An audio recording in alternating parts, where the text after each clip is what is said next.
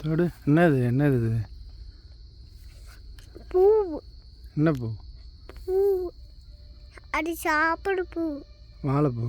வாழைப்பூ. அடியில் எறும்பு இருக்கு. எறும்பு இருக்கும்பா. ஆமாம். ம் எறும்பு இருக்கா? எனக்கு காட்டில் எறும்புச்சு தெரியும். காட்டில் எதுக்கு எறும்பு வச்சு? வாழைப்பழம் இனிப்பாக இருக்குல்ல, அதான் எறும்பு.